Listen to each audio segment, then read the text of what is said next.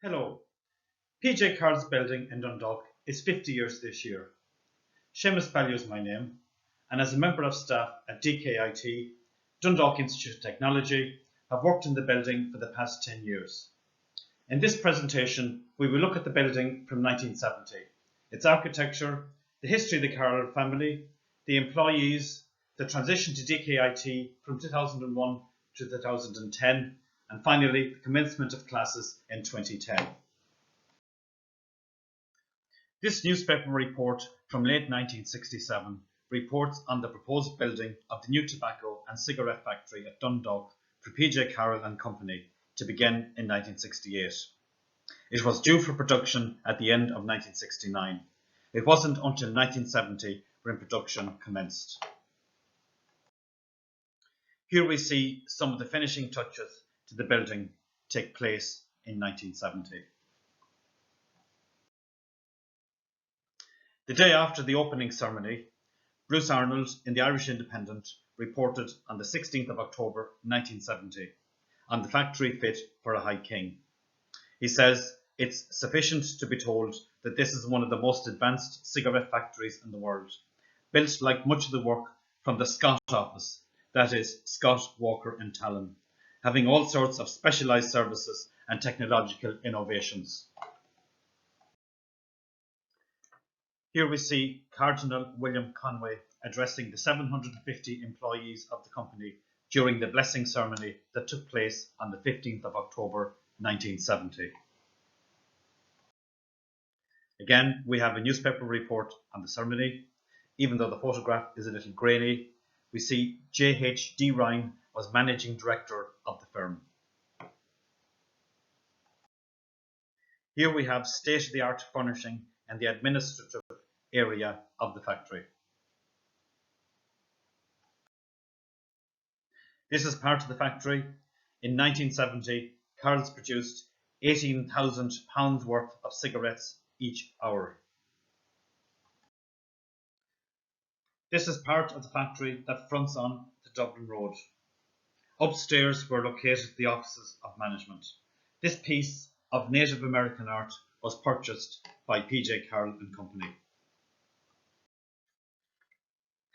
Archbishop George Sims of the Church of Ireland and Cardinal William Conway been shown around the factory during their visit in 1970. Here's Archbishop Sims and here's Archbishop Conway. This must surely have been a very important piece of paper. Again, here's part of the production area. The brands of cigarettes that Carroll's produced included Carroll's No. 1, Major, Sweet Afton and Grand Parade. The building is a fine example of Miesian architecture, built on 191,000 square feet, and the DkIT expansion took place on 118,000 of these. This form of architecture is called after the German-American architect Ludwig Mies van der Rohe, who lived from 1886 to 1969. Robin Walker, who lived from 1924 to 1991, of Scott, Tallon and Walker, studied under Mies, and he continued to collaborate. Ronnie Tallon, who designed the Carroll's building, accompanied Walker on many of these visits. Here we see Ronnie Tallon, the designer of the Carroll's building, with An Taoiseach Brian Cowan in February 2011. Ronnie Tallon died in 2014, aged 87. He became a full partner in the firm of Michael Scott in 1958, later Scott, Tallon and Walker, and he became chairman on the retirement of Michael Scott in 1975. Here we see Michael Scott, that's Michael Scott there, a consulting architect for the DkIT building, officially opened in 1971. Also in the photograph in the middle is Mr. Frank Aiken, who retired from politics in 1973.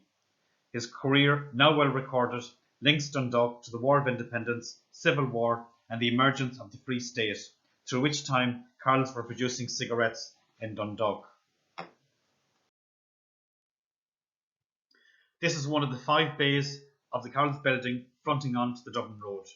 You can see the 2-to-1 ratio of the floor space. That's the floor space there, those 4 windows, to the extraction area. So that's a square, 1 square, second square, third square. So 2-to-1 ratio.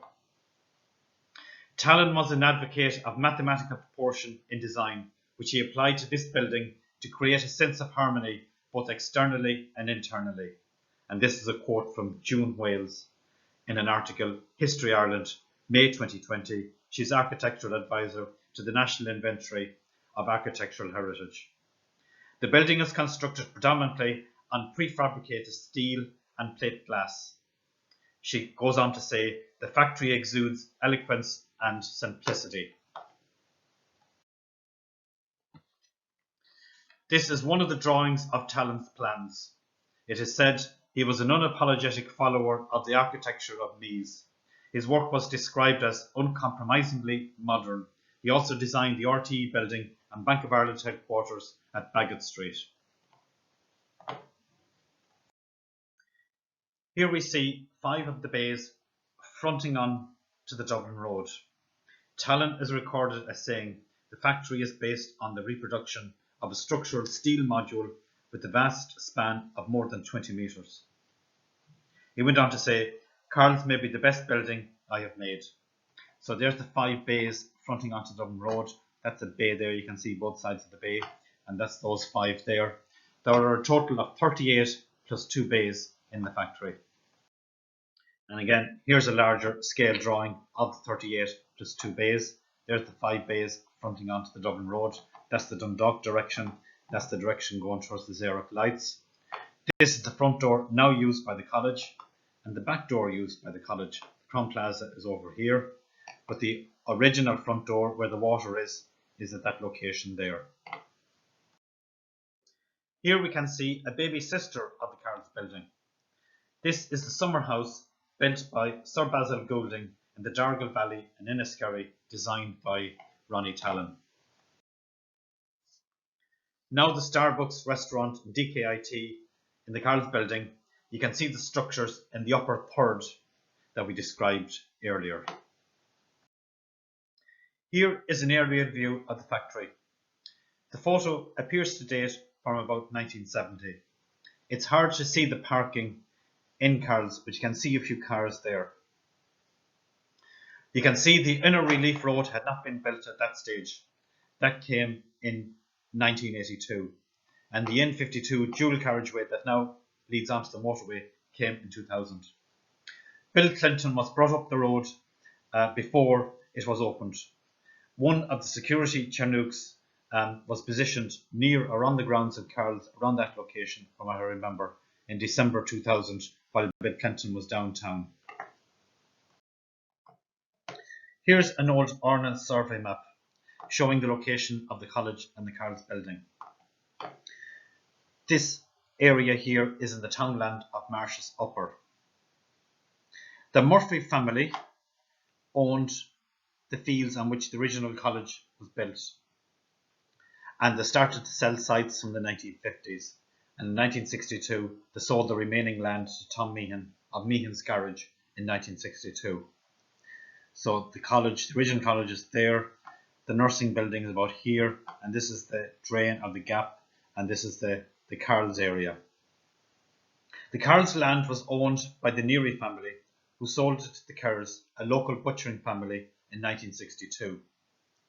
And the pitch area was owned by the Kerr family since 1915. Here we see the local townlands. So DkIT is in Marsh's Upper. On this side of Marsh's Upper we have Marsh's South, or the South Marshes, and the Marsh's Upper extends down to the Avenue Road.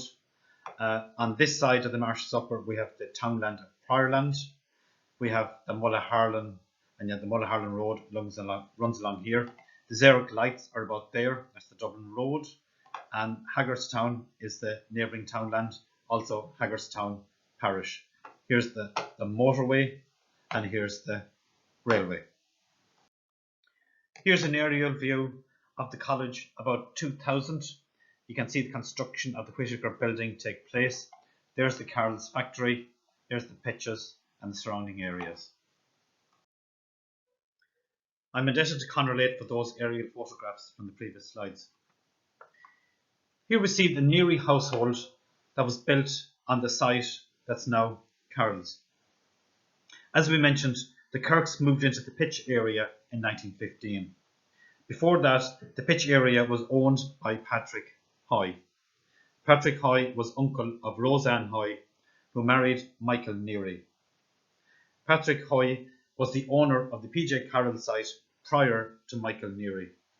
And before that, the Earl of Roden would have been the leaser of the DkIT and the PJ Carroll lands, while Reverend Murray was the leaser of the pitch area. Here we have the marriage certificate of Michael Neary, aged 45, and he married in 1932 Rose Ann Neary, aged 24. Michael was from the Marshes, or what was called the Merches, in Dundalk, and Roseanne was born in Hill Street. Her father was James Hoy, who was born in the pitch area. And Michael Neary bought the Carroll's land from Rose Ann's uncle, who was brother of James. Michael Neary and Roseanne Hoy were the parents of Rosaline Neary, who still lives nearby. Here's Rosaline, who joined us in 2019 for the 50-year celebration to mark the first classes in the college in 1969. Rosaline now lives nearby, and here she is photographed with Marie McCallion, retired member of staff from DkIT. Now we're back to Carroll's on the Dublin Road. They opened the factory in 1970. They were there 4 years when they celebrated their sesquicentennial, that is 150 years. Prior to this, they were based in Church Street, across the road from the Green Church called St. Nicholas's.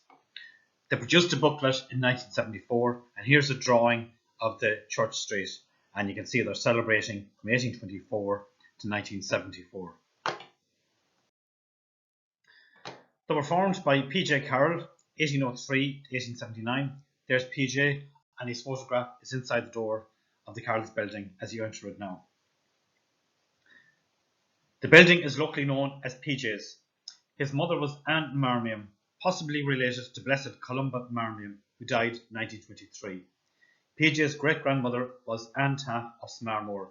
These marriages helped the Carrolls gain status in the 18th century. PJ himself married in 1828 Esther Gilmer. One of his cousins had already been involved in the tobacco area in Dundalk. His son Vincent, born 1848, died 1914, succeeded PJ as chairman. PJ died in 1879 and he is buried in Castletown graveyard across the road from the Louis Convent. Prior to this, the Carrolls of old are buried in the family vault in Louth Village, and there's the inscription on PJ's gravestone. Patrick James Carroll of Dundalk, who departed this life on the 5th day of May 1879, aged 73, and also his wife Esther died 1902. The next chairman of Carroll's was James Marmion Carroll, 1884 to 1962. In 1934, a board of directors, including the four brothers, James, Walter, Vincent and Charles Carroll, was formed. Also there was Henry Guinness, Joseph McKinley and Arthur Cox. James lived in Killinear House, just down the road from the Pope's Cross, below Monaster Boyce. His only daughter, Grace, was a generous and dedicated member to the altar of Malta. Here we also see his funeral photograph from St. Patrick's Pro-Cathedral, Dundalk, in 1962. This photograph was recently identified in the Argus, identifying some of the various people. James Marmion and his daughter Grace and his wife are buried in St. Patrick's graveyard, Dowdall's Hill, and there's his gravestone. So James Marmion's wife was called Nellie, and she died before James. The next chairman after James was his nephew, Donald Carroll, from 1962. He was son of John Donald, who died in 1928, a fifth brother, who had died before the board of directors was formed that comprised of the 4 brothers and some other members. Here we see the Carroll coat of arms in the Carroll's building. It consists of a pair of lions rampant standing up, and they're holding a sword, and the crest is above that, and you can see it's a falcon, and out of the base there is some tobacco leaves. And the motto is Virtus Unica Nobilitas, and that translates as the only high power. And the coat of arms, the Carroll coat of arms, is traditionally carried on the cigarette box, Carroll's number 1. Another of the Carroll brand of cigarettes is called Sweet Afton, and this is after the poem by the Scottish poet Robert Burns. Robert Burns died 1796. His sister Agnes Galt lived in Stephenstown near Knockbridge, and she's buried across the road from the previous Carroll factory on the grounds of St. Nicholas's Church. And you can see that there are 2 lines from the poem on the cigarette box. Flow gently, sweet Afton, among thy green braes. Flow gently, I'll sing thee a song in thy praise. And that's from Burns's poem called Afton Water. This commissioned piece of sculpture, although metal, was commissioned by P.J. Carroll Company, and it's by Gerda Frommel, 1931-1975. She was born in Czechoslovakia and came to live in Ireland in 1956. Some people claim that this is tobacco leaf, but in fact the piece was named Sales by the sculptor. Frommel, the mother of 4, died after an accident in 1975 while on holiday in Mayo. Her 4 sons, Oliver, Killian, Winston and Moritz, are responsible for preserving much of her work, now on display at the Irish Museum of Modern Art. Here we see a group of the Carroll's workers, Carroll's staff, and they're named. We have at the back Patricia McNally, Liam Carney, Patricia O'Brien, Willie Duffy, Paddy Carroll, Jerry Norton and John Gregory. And in the front we have Anne Lawless, Joe McKinley. Do you remember we had Joe McKinley on the first board of directors? Well, this Joe is a son of the previous Joe. Anya Holland, who used to live in Dublin Road, and Nina McCrink. This slide looks like a visit from Alan Dukes. He was minister from 1982 to 1987.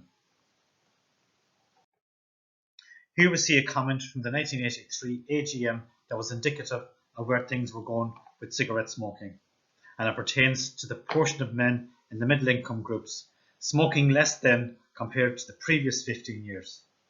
Conversely, it was stated that there was an increase in the number of women smokers, while the number of young people smoking had remained static. Here's a photograph from the nearby college shop, and you can see the sale of cigarettes on full view. So this photograph dates from the 1980s. So it seems that crisps and cigarettes were the lot of students in those days. There was a visit to the P.J. Carroll Company by Eddie Mackin and Paul Darrow. The Carrolls, of course, were sponsors of a lot of the horses. Many of you might remember Carroll's Heather Honey and the Carroll's Boomerang. The Carroll's retirees have a Facebook page with many photographs. So anybody who's interested in seeing some more of those, you should drop in there. This photograph has some more employees of P.J. Carroll's, and I just happen to know 1 or 2 of them. In the back is Artie McManus, and by coincidence, Artie's brother is Father Clem McManus, and Father Clem later worked in the college and in the Carroll's building as chaplain to DkIT. Geraldine McGee lives on the Dublin Road and is a well-known local singer. Micheál McKeown.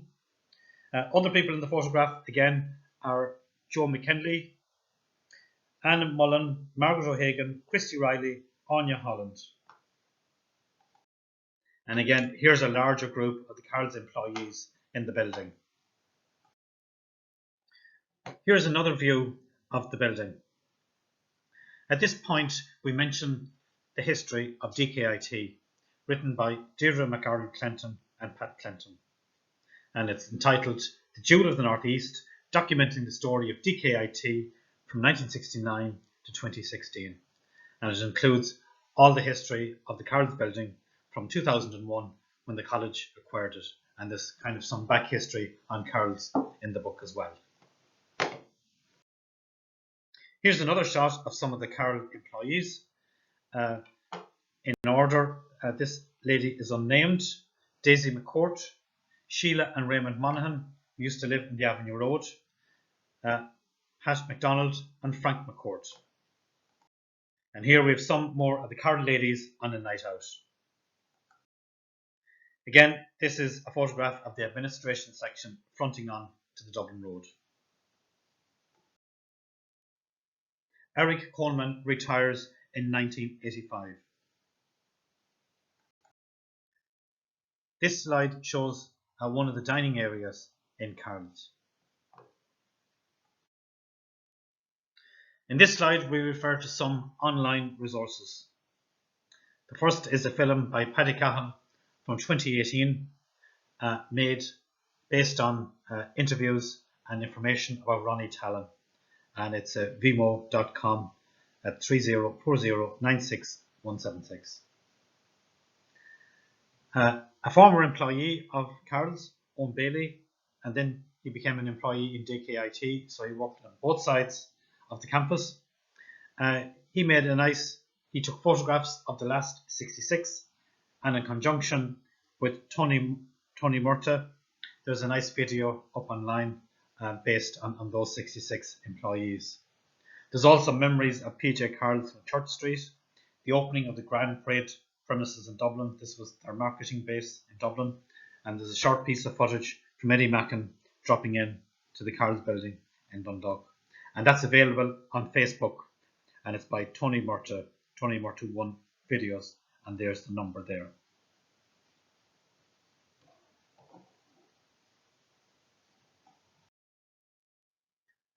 In December 2001, the announcement came from the Department of Education that DkIT was to purchase the Carroll's building,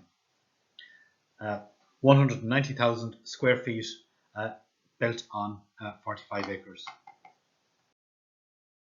So this is a photograph of the announcement, and in the photograph we have Tom Collins, president of DkIT, and that's Tom there again in the corner, Clifford Kelly, chairman of the governing body, Michael Woods, Minister for Education, Dermot Ahern, also Minister in the Cabinet and locally from Blackrock.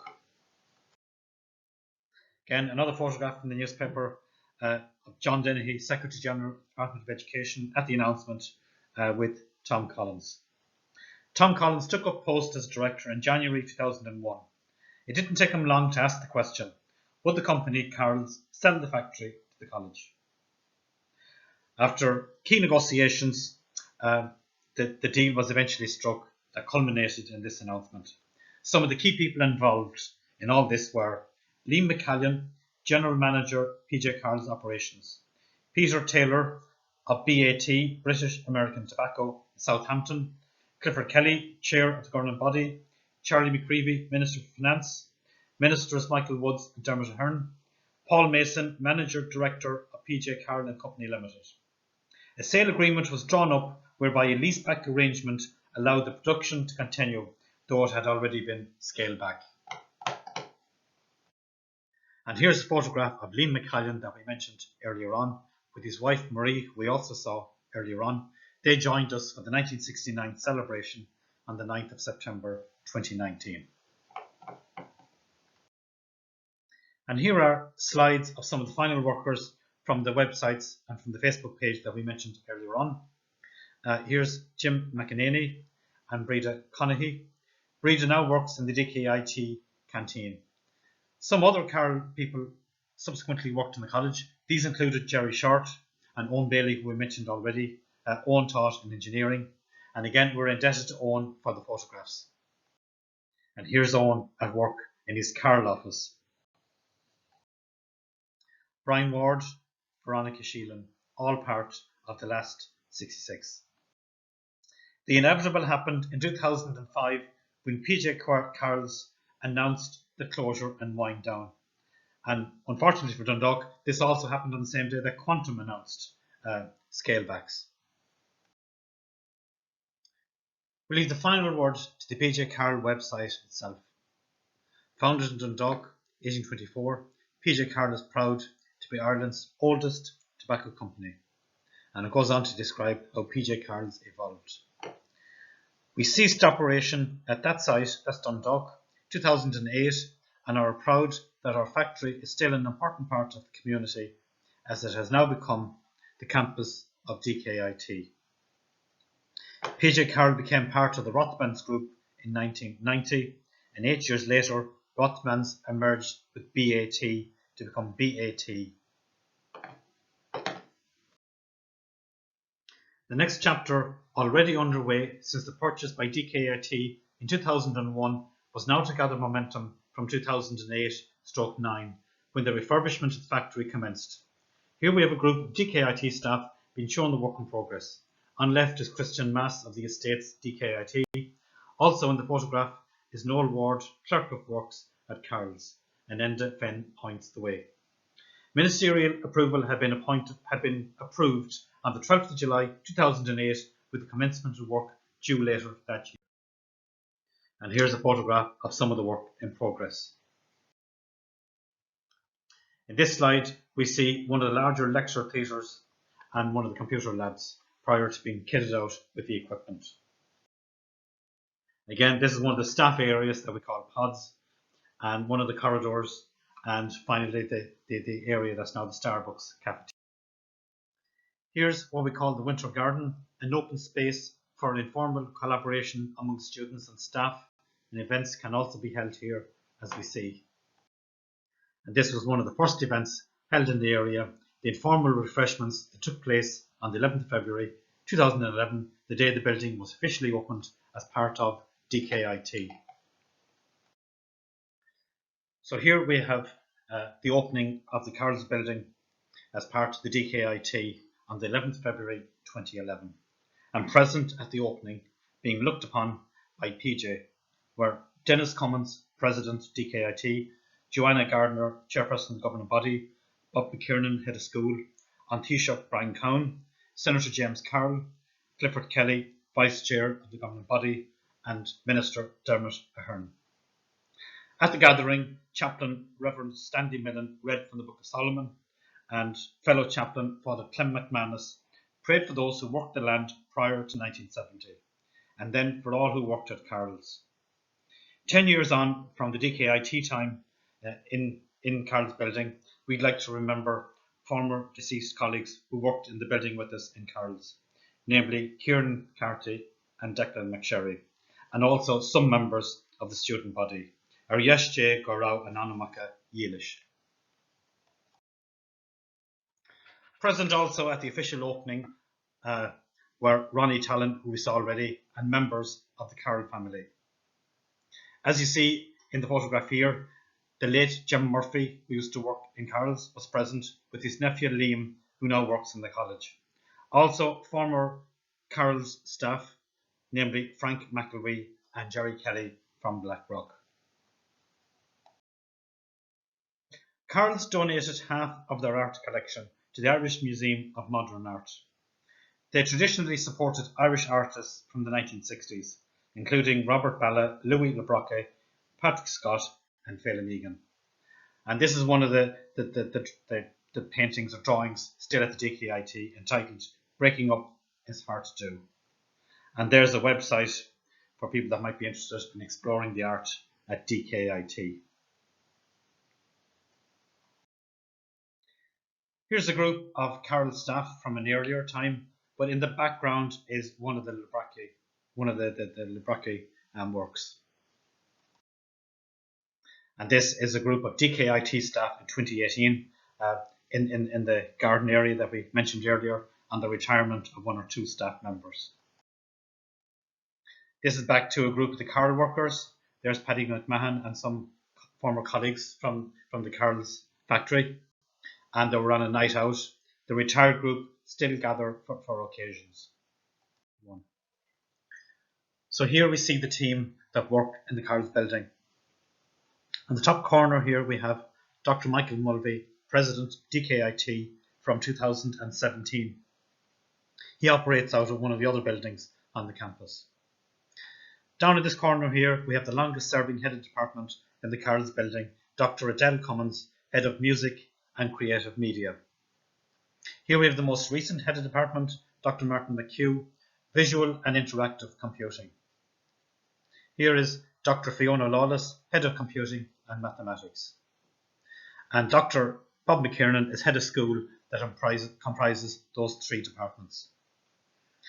Here's Dr. Sheila Flanagan, registrar and vice president of the college. Sheila and her staff operate out of the Carroll's building.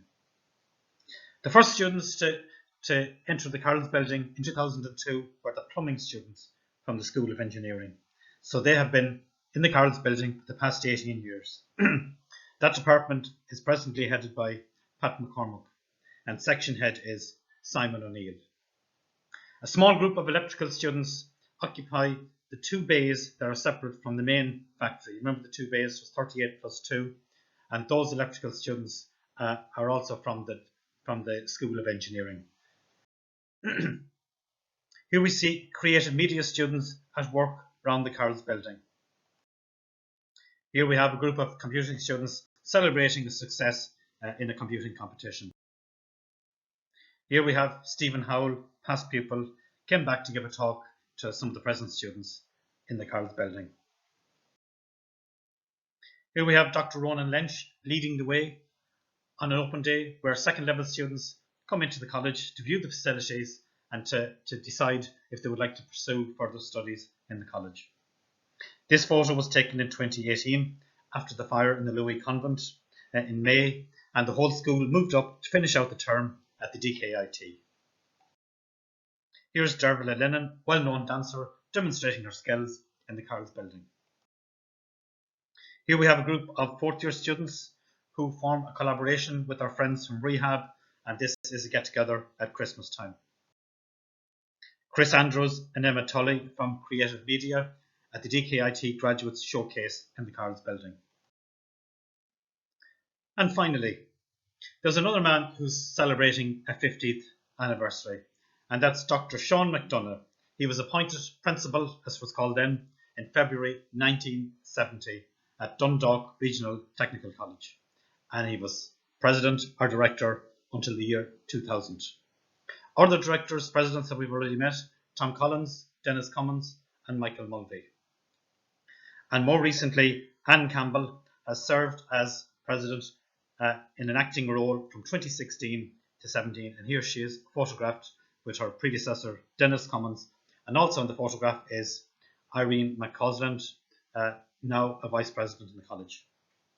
And two other members of staff that served in the role as president in an acting role prior to the Carroll's becoming part of the campus, and they were Dennis Murphy and Jerry Carroll. We hope you've enjoyed the video of the 50 years of the Carroll's building on the Dublin Road in Dundalk, and who knows what the next 50 years will bring. Thank you very much.